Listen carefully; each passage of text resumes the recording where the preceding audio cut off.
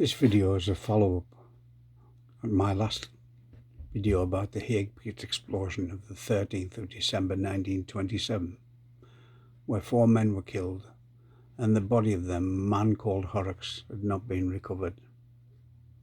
I said in that video that this fact would have consequences. Miners have many superstitions, one of them being if a miner died underground, his colleagues would stop work for the day. The fact that this man's body was still entombed was causing problems. The poem's entitled Hague Pit Explosions, February the 12th, 1928. 1,500 men idle at the mine. No wages coming in since last Christmas time. The coldness of winter time is mirrored in the gloom, where the pit in December became a miner's tomb. The workforce were reluctant for work to begin, while the body of a workmate lay unrecovered within. Miners' superstitions often come to play. In the case of a death, work would finish for the day. The owners of the pit were keen to toe the line. The area sealed off was the best seam in the mine. Plans were drawn up, the stoppings for the breach, to find the body of Horrocks just beyond their reach. General manager of the mine, W.H. Johnson, and others of high status, accompanied by rescue teams with neck or breathing apparatus. The party led by Johnson were first to start the work, breaking through the stoppings to place where dangers lurk. The rescue teams forged ahead, establishing ventilation. The others followed on to set each new station. Eventually they got to the December explosion site. The workings were cool, air quality all right. There were signs of extensive fires, the coal was heavily cooked. Timbers were all charred, no sign of any smoke. When it came to midnight, this team was sorely pressed to recharge their apparatus and get some well-earned rest. A relief team of officials went forward to press on with the work.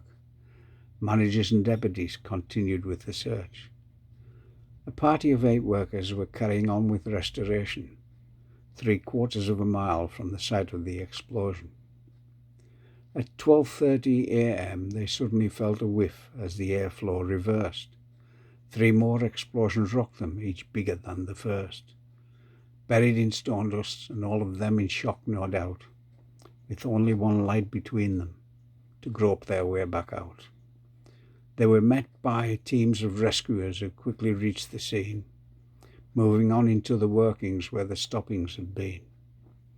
When they reached the stoppings, but they could go no further on, fresh falls of roof were blocking where the search party had gone.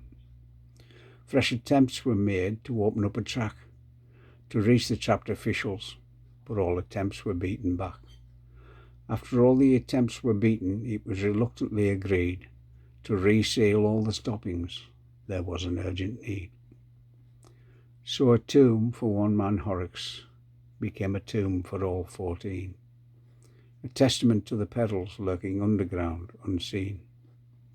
And there they all are to this day, eternally at rest, all miners together, the lowest and the best. The fiery foe would not relent, it struck time and again. Its violent fury it released, claiming so many men. In Whitehaven the toll increased until in 47, in William Pit across the bay, 104 men went to Winers Heaven. With my colleague Bob Brennan, under sea by many fathoms, we monitored for the fiery air that caused so many problems. And when we passed these stoppings, the atmosphere was not right. We thought of all the lives we'd lost in the mine that night. To Bob this place was poignant, for when he was a lad, in William Pit across the bay, Bob had lost his dad. And to show that he was not alone, its effect to the town was big. In that same explosion, I lost my uncle Jimmy Reed. And many other miners would not go near this place. You see, miners' superstitions, modern science can't erase. And when walking through the airways, on my own or with others, it reminded me that underground we're always a band of brothers. Thank you.